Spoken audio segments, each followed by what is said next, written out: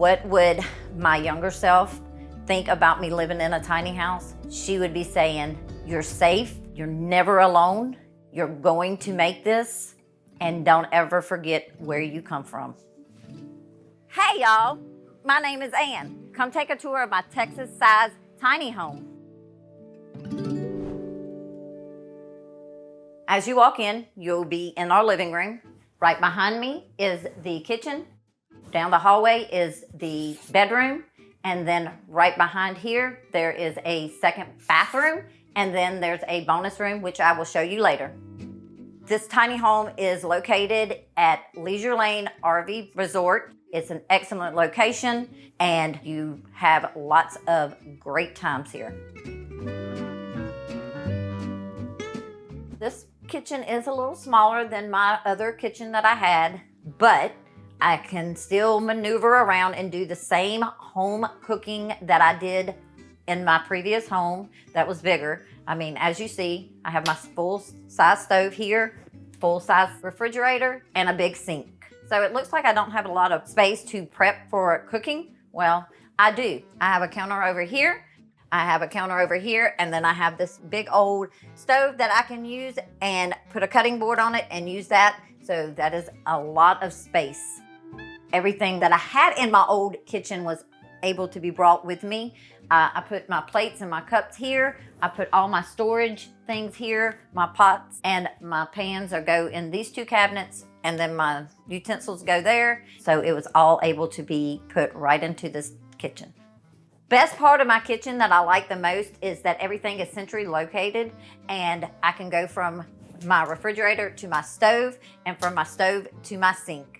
That way I'm not having to take so many steps and leave my food unattended for very long. So the benefits of being from a 2,000 square foot home to a 700 square foot house is that I have more time to enjoy the greater things in life, like spending time with family, like spending more time with my husband when he is home, and I'm not spending that time cleaning so much. Overall, I am just in love with my kitchen. We're in the laundry room, and I had to sacrifice my dryer and my bigger space of my laundry room for something smaller. I only have this washing machine where I have all my pantry area over here.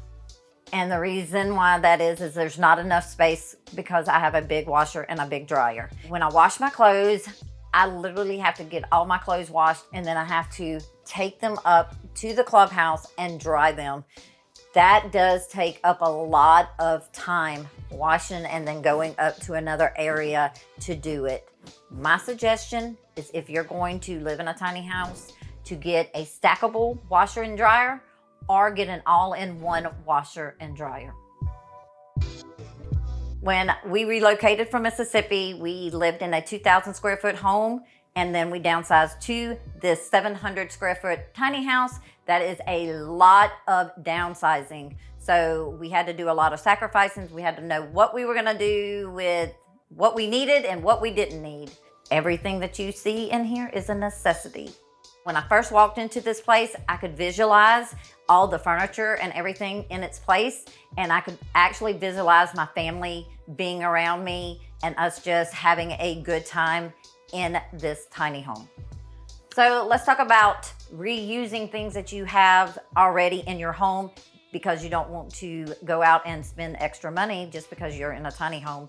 You want to use what you have. Just like this TV stand, I reused it. Our big comfy love seat, I reused it. That way I'm not going out spending any extra money on anything that I didn't necessarily need.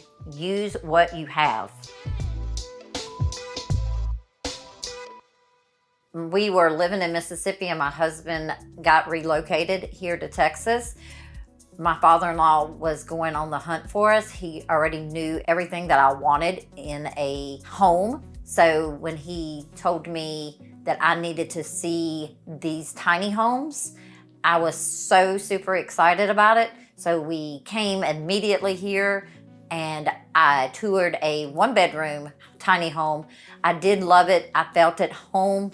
It just was not big enough for me to be able to work at home. So when the 2-bedroom was available and I toured it. When I immediately walked through the door, I was like, this is it. This is home. I'm never leaving, ever, ever, ever, ever.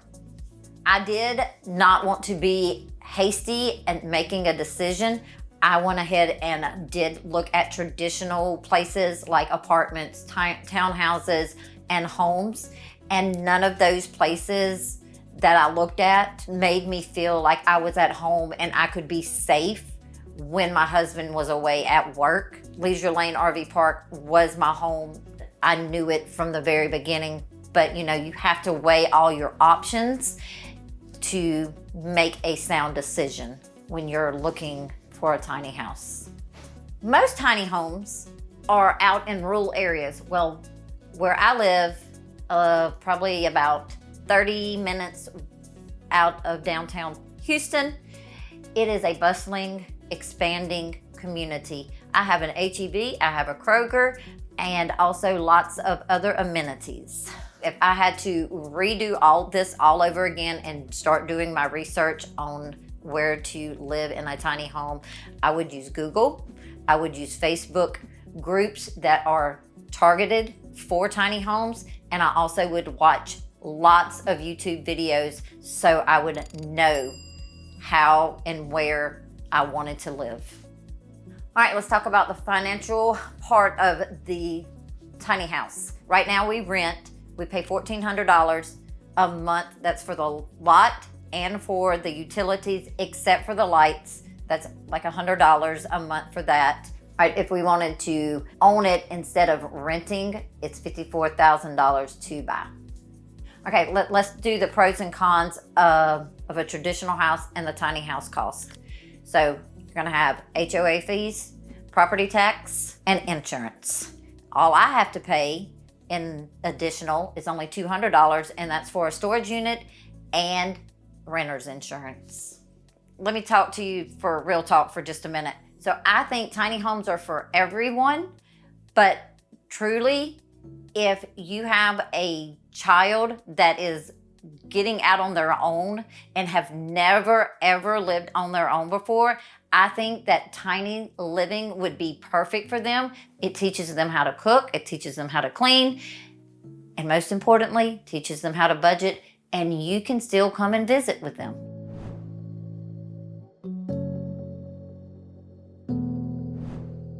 So as you can see from this big old king size bed, I did not have to sacrifice that at all. Also in my room, words of affirmation is back in here, and I had to do some makeshift closets in the primary room due to the fact that there is no closet in this tiny house. I didn't have any say in the design of when they built this tiny home. I think that they were gonna design the bathroom to be a walk-in closet, but they decided midway through that they were gonna make it a bathroom. My true feeling is it's too cluttered in here because I don't like this being here. I would have liked to have something that was enclosed to where that my clothes did not feel like it was just bam right there at me. But I really do enjoy having an extra bathroom. My relationship with possessions have changed tremendously. I love things, so I have learned to be a person of just necessity. So let's just say, take the closet for instance. I had to sacrifice a closet for a bathroom here, and I'm okay with that. The bathroom is a necessity, especially when you have 2 people in a home. After a long day of working, I'm so glad that I have this nice big bed to come in to and curl up with my koala bear, and it's time to go to sleep.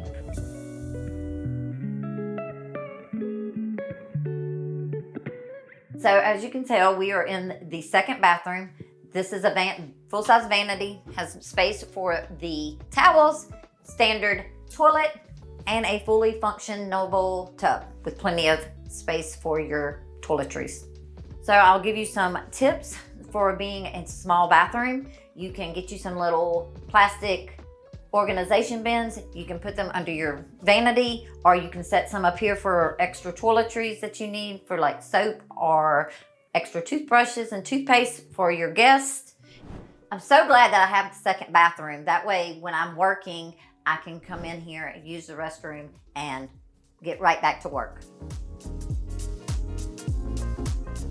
This is the magic room. This is where I sit and I do makeup lives, to where I speak to people live on Facebook, TikTok, and I help the older generation like myself be able to do tips and tricks with skincare and with makeup. I love to inspire other people. That is my journey with pharmacy. So this is where I do surprise jewelry reveals. We have tons of fun.